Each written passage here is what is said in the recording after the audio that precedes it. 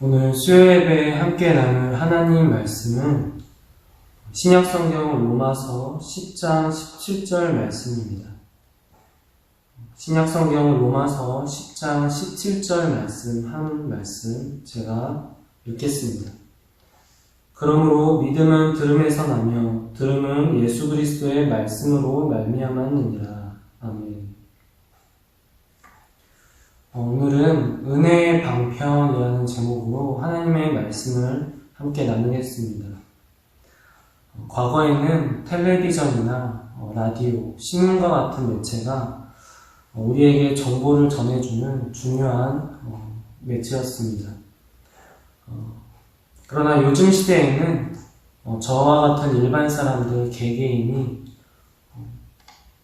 개인 채널을 만들어 방송을 할 수 있고 또 그 방송을 통해 여러 사람들과 관계를 맺고 사람과 사회에 소통을 할 수 있는 그런 시대가 되었습니다. 이와 비슷하게 하나님께서도 저희와 의사소통을 하는 데 있어서 특정한 그 매체들을 사용하기로 정하셨습니다. 그 수단들을 통해서 자신의 백성들에게 하나님 자신에 대한 어떤 정보들을 알려주시는 것 이상으로 자기 백성들과 관계를 맺고 또 함께 하기를 원하셨습니다. 우리가 하나님을 볼 수도 없고 만질 수도 없고 또 들을 수도 없지만 하나님께서는 자신을 그 정하신 수단을 통해서 먹이시고 은혜를 주시기로 정하셨습니다. 그렇다면 우리가 하나님을 볼 수도 없고 만질 수도 없는데 어떻게 하나님과 관계를 맺고 또 하나님의 은혜를 받을 수 있겠는가? 오늘 말씀을 통해서 하나님께서 자녀들을 어떻게 은혜를 주시고 또 믿음을 굳건하게 하시기 위해서 사용하시는 그 은혜의 방편이 무엇이 있는지를 함께 살펴보겠습니다. 먼저 성경은 우리의 믿음이 어디로부터 오고 또 믿음을 일으키는 주체가 누구인가를 말씀합니다.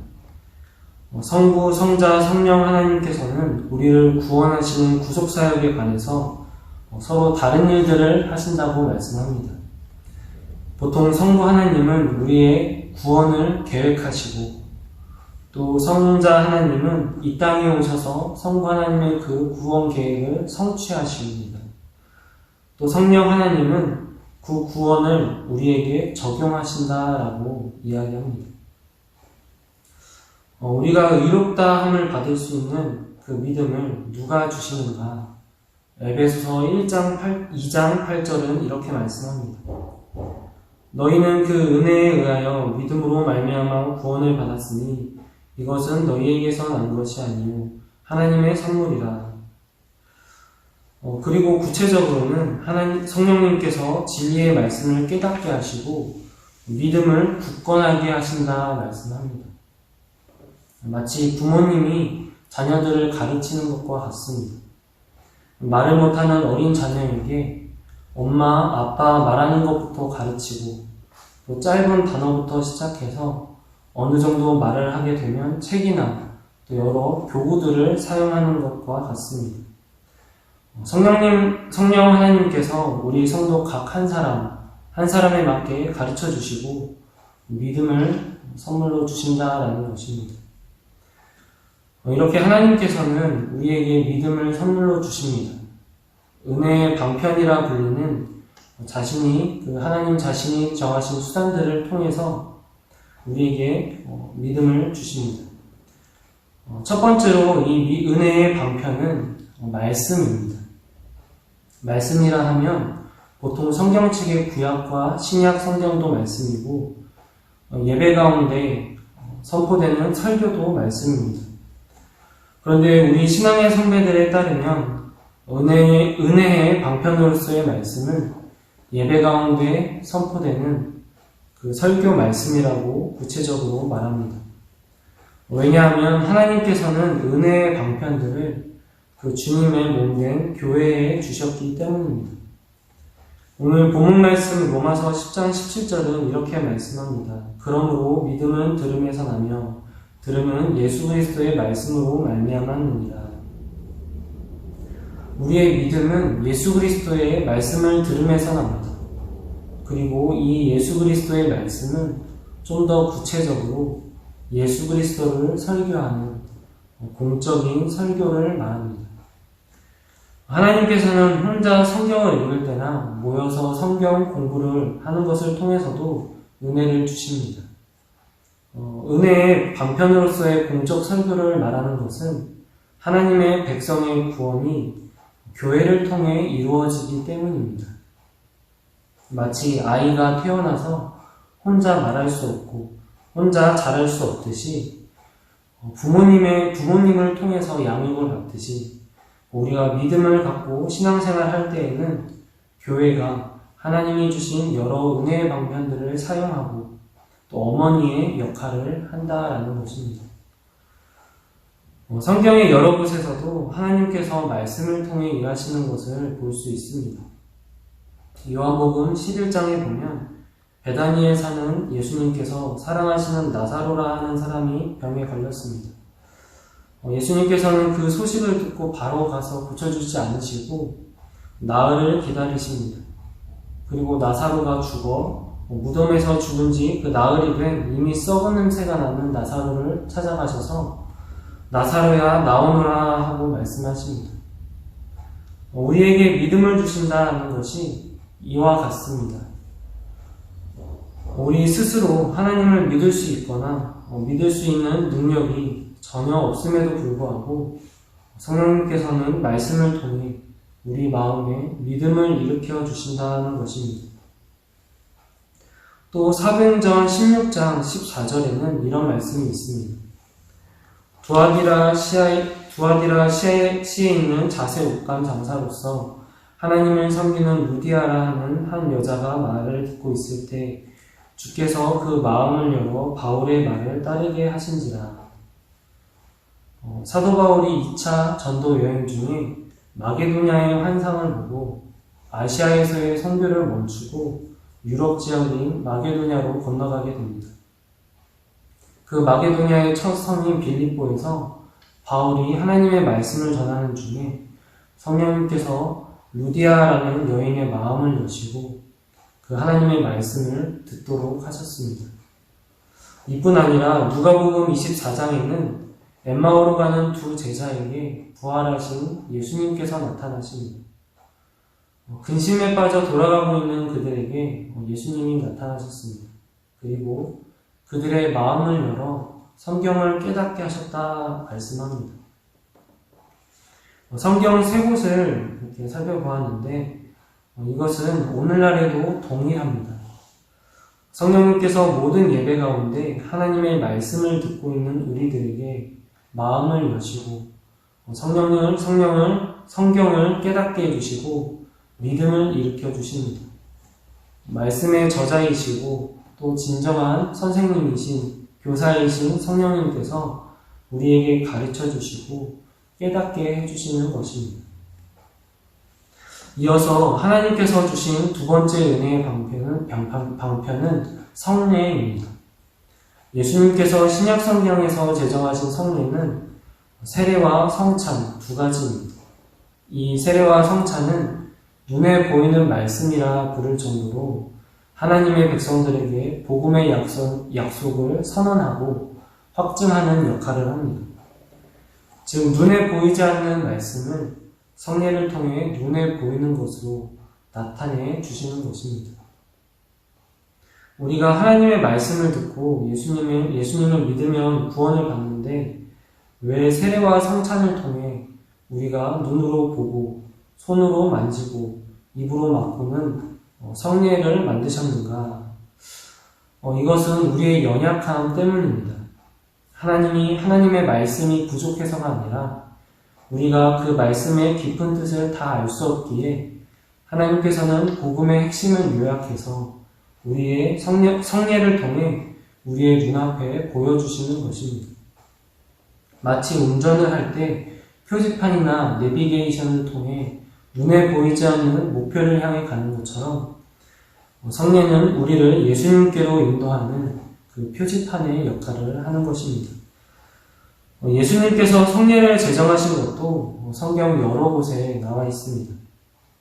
먼저 세례는 마태복음 28장 19절과 마가복음 16장 16절 말씀에 나와 있습니다. 이 두 말씀을 제가 읽겠습니다.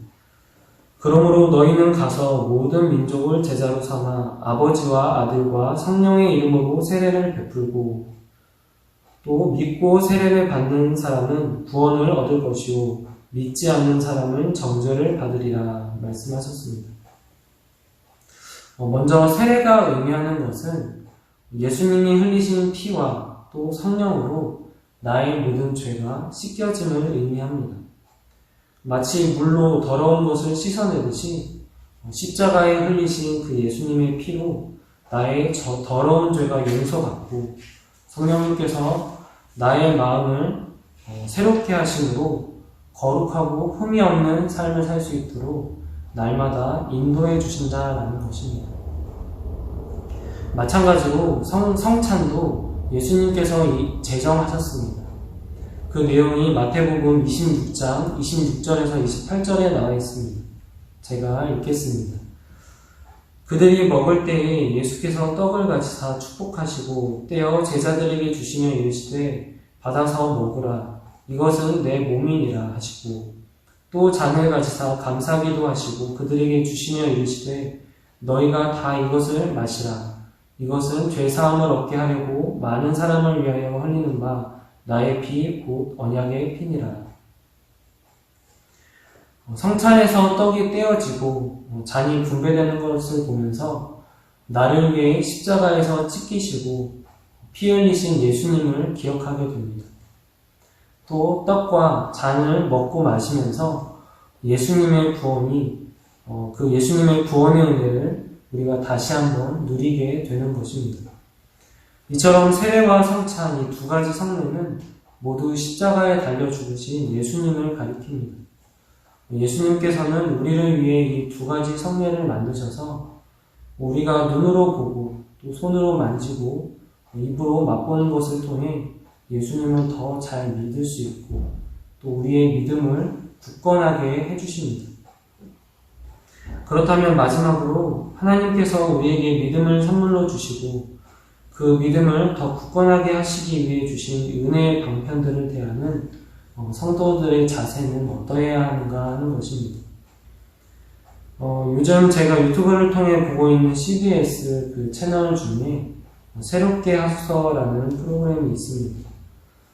그 방송에는 우리가 다들 알 법한 각계각층의 그 예수님을 믿는 유명인들이 나와서 자신이 만나고 경험한 하나님에 대해 간증하고 또 은혜를 나누는 그런 프로그램입니다. 그 영상들을 쭉 보는 중에 한 가지 공통점이 있었는데 그것이 무엇이냐면 다들 어려운 상황과 여건 가운데 고통 가운데 있었다가 그 어려움 가운데 자신의 가족이나 지인들을 통해서 또 혹은 모르는 사람들을 통해서 하나님께서 자신들을 찾아오셨다라는 것입니다. 그 간증을 하는 사람들 중에는 하나님을 대적하고 미워하는 사람들도 있었고, 심지어는 다른 종교를 가지고 있으면서 예수님 믿는 사람들을 괴롭히는 사람들도 있었습니다. 하지만 하나님께서는 그들 모두의 마음을 무너뜨리시고 또는 그들의 마음을 무장해제시키셔서 하나님께 돌아오도록 하셨습니다. 그러한 여러 과정들 가운데 또 하나의 공통점이 있다면 하나님께서 그들에게 말씀하셨다라는 사실입니다. 비록 각자 하나님을 만나고 또 믿게 되는 경위가 다양하고 또 각자의 간증 속에는 주관적인 감정과 또 느낌이 섞여 있지만 그들이 공통적으로 이야기하는 점은 하나님께서 자신에게 말씀하셨다라는 것입니다. 우리에게도 이와 같은 과정이 일어납니다. 우리가 어려서부터 들어왔고 또 같은 말씀을 매번 듣지만 성령님께서는 그 반복되는 말씀 가운데 우리의 마음을 여시고 우리의 견고한 마음과 죄악된 의지들을 변화시켜 주십니다. 어떤 새로운 말씀을 들어야 성령님께서 일하시는 것이 아니라 일반적인 하나님의 말씀 가운데 우리의 마음이 변화되는 것을 경험하게 된다는 것입니다. 이처럼 하나님께서는 그 말씀과 세례와 성찬이라는 은혜의 방편들을 우리에게 주셨습니다. 사도 바울이 말한 것처럼 때로는 이 하나님께서 정하신 의사소통 수단이 미련한 것으로 보일 때가 있습니다. 왜냐하면 하나님께서는 세상에 좋아 보이고 또 세상에서 자랑하는 것들로 일하시지 않으시고 미련한 것으로 자기 백성들을 구원하시기를 기뻐하시기 때문입니다. 그리고 이것을 아는 성도들이 취해야 할 자세는 하나님께서 주신 은혜의 방편들을 부지런히 잘 사용하고 말씀과 성례를 통해 일하시는 성령 하나님을 더욱 의지하고 또 신뢰하는 것입니다.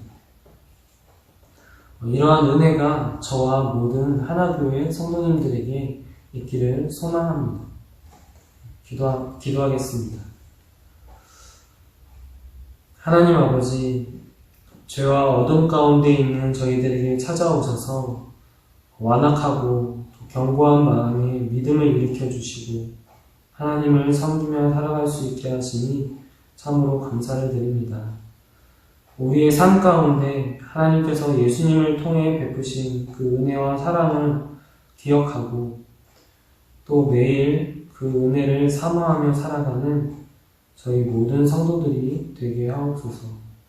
은혜 베푸실 줄 믿사오며 예수님의 이름으로 기도합니다. 아멘.